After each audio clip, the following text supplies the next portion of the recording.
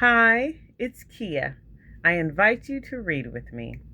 Today I'll be reading a New York Times article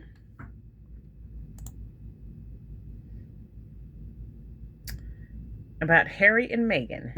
Harry and Meghan will move back to Britain after 6 years in the U.S. The prince and his wife, whose relations with King Charles and the rest of the royal family have long been strained, will remain non-working royals, according to a person familiar with the decision. This is written by Micheal D. Shear. Prince Harry, his wife Meghan, and their children are moving back to Britain in the upcoming weeks, according to two people familiar with their decision. The move comes 6 years after they left for the United States amid a clash with other members of the royal family.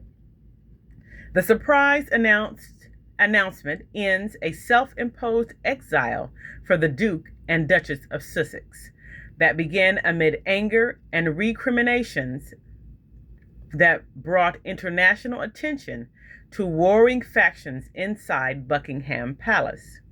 Prince Harry was stripped of his honorary military titles and royal patronage appointments in 2021, a year after announcing that he and his wife would step back from their official duties. In some tabloids, their departure for America was called Megxit or Megxile. The years-long feud continued across the Atlantic as Harry wrote a tell-all book, Spare. The couple gave an interview to Oprah Winfrey, and several efforts at reconciliation failed. For years, Harry accused Buckingham Palace of preventing his family's return to Britain by refusing to provide them with armed protection.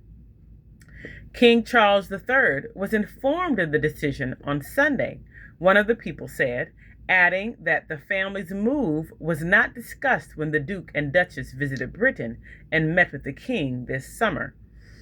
There will be no change in Harry and Meghan's status as non-working royals, and they will remain as private individuals while they reside in Britain, both of the people said. Representatives for Buckingham Palace declined to comment, and a spokesman for Harry and Meghan did not respond to requests for comment on Wednesday.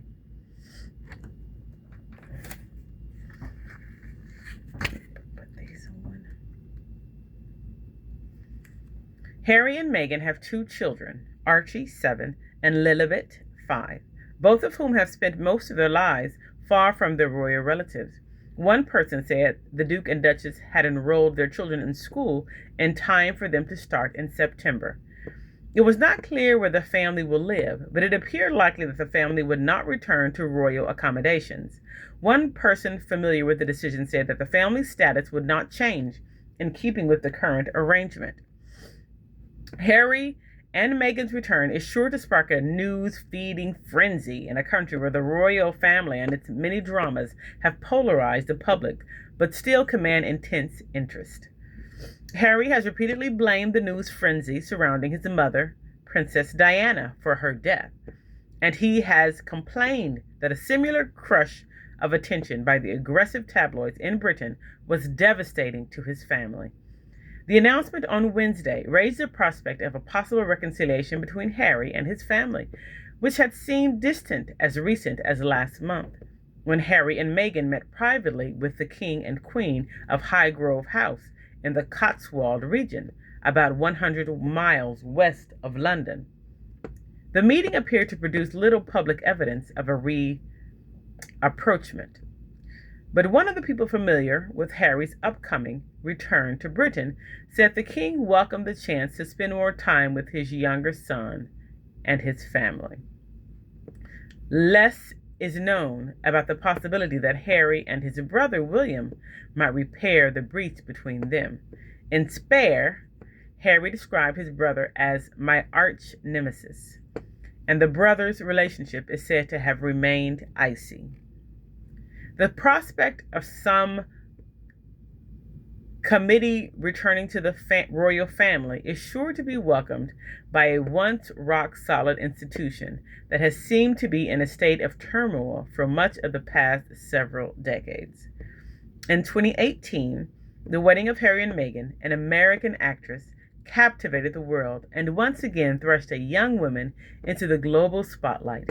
It came 7 years after William married Kate, and more than 2 decades after Diana was killed in an auto accident while being pursued by paparazzi.